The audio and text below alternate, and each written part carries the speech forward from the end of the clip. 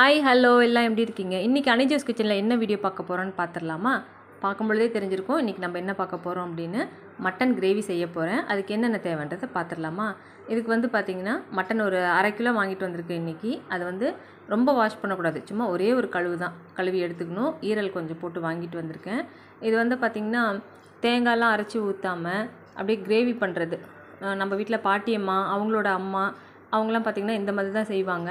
அந்த எண்ணெயிலேயே நல்லா வதக்கி எடுப்பாங்க பார்த்துக்கோங்களேன். அப்படியே டேஸ்ட்டு வந்து அட்டகாசமாக இருக்கும். அந்த சுடு சாதத்துக்கு போட்டு பிசைஞ்சு சாப்பிட்டோம் அப்படின்னா இன்னும் 4 வாய் சேர்த்து சாப்பிட்லாம் அப்படின்னு தோணும். இப்போ வந்து பார்த்திங்கன்னா கறியை வந்து ஒரே ஒரு கழுவி எடுத்துட்டு தனியாக வச்சுக்கிட்டேன். அதுக்கப்புறம் இதுக்கு அரைக்கிறதுக்கு என்னென்ன வேணுன்றதை பார்த்துடலாம். நல்லா ஒரு கைப்பிடி சின்ன வெங்காயம் எடுத்துக்கோங்க. அதே அளவு பூண்டு, இஞ்சி சின்ன பிட்டு எடுத்துக்கணும், கொத்தமல்லி தழை. இதில் வந்து பட்டை, லவங்கம், சோம்பு, மிளகு, சீரகம், அதுக்கப்புறம் உங்களுக்கு என்னென்ன வேணுமோ சில சமாச்சாரம்லாம் போட்டுக்கலாம். நான் இது மட்டும்தான் போட்டிருக்கேன். போட்டுட்டு கூட 2 தக்காளி வச்சுட்டு நல்லா ஃபைன் பேஸ்ட்டாக அரைச்சி எடுத்துக்கணும். நம்ம கொஞ்சமாக தண்ணி விட்டு, ரொம்ப தண்ணி விட வேணாம், ஓரளவு தண்ணி விட்டு அரைச்சி எடுத்துகிட்டு வந்துடலாம். தாளிக்கிறதுக்கு பார்த்திங்கன்னா நல்லா கனமான பாத்திரம் வச்சுக்கோங்க. அதில் தேவையான அளவு எண்ணெய். இதுக்கு வந்து எண்ணெய் எந்த அளவுக்கு ஊற்றுறோமோ அந்தளவுக்கு டேஸ்ட்டு நல்லாயிருக்கும்.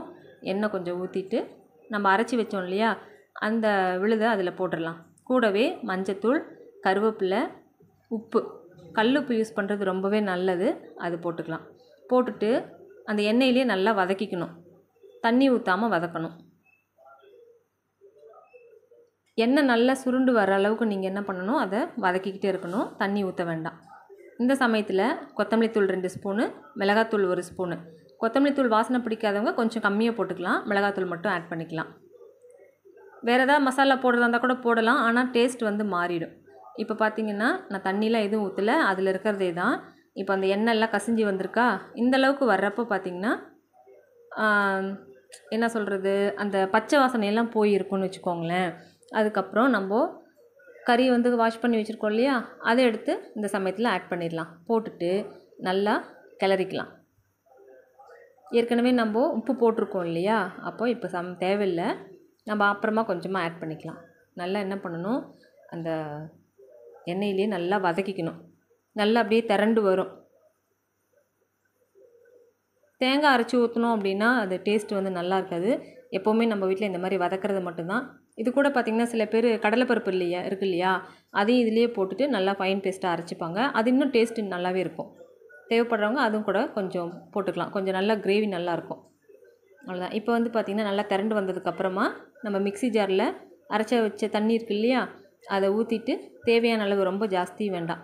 நீங்கள் வந்துட்டு இளங்கறியாக இருந்தது அப்படின்னா வாணல்லையே வேக வச்சிடலாம். இல்லை குக்கரில் தான் வைக்கணும் அப்படின்னா கறியை பொறுத்து ஒரு 4-5 விசில், இல்லைன்னா ஒரு 8 விசில் வச்சுட்டு நம்ம எடுத்துடலாம். கறி வேகவே இல்லை அப்படின்னா தேங்காய் ஓடு இருக்குது இல்லையா, அதை 2 சும்மா உடச்சி போட்டு பெருசாக உடச்சி போட்டு நம்ம வேக வச்சோம் அப்படின்னா கறி நல்லா பூவாட்டம் வெந்துடும். இப்போ வந்து பாருங்கள் ரெடி ஆகிடுச்சி. பார்க்கும்போதே சாப்பிட்ணும் போல் இருக்குல்ல. இதுக்கு வந்து பார்த்திங்கன்னா மெயினாக எண்ணெய் தான். எந்த அளவுக்கு எண்ணெய் ஊற்றுறோமோ அந்தளவுக்கு டேஸ்ட் ரொம்ப அட்டகாசமாக இருக்கும். நல்லா கெட்டியாக இந்த மாதிரி வச்சுக்கணும். அவ்வளோதான், இப்போ ரெடி ஆகிடுச்சி, சாப்பிட்றலாம். நீங்கள் இதே போல் ட்ரை பண்ணி பாருங்கள். இதே போல் நீங்கள் மஷ்ரூமு, மீல் மேக்கரு இதெல்லாம் போட்டு செஞ்சீங்க அப்படின்னா நல்லா கறி டேஸ்ட்டில் இருக்கும்.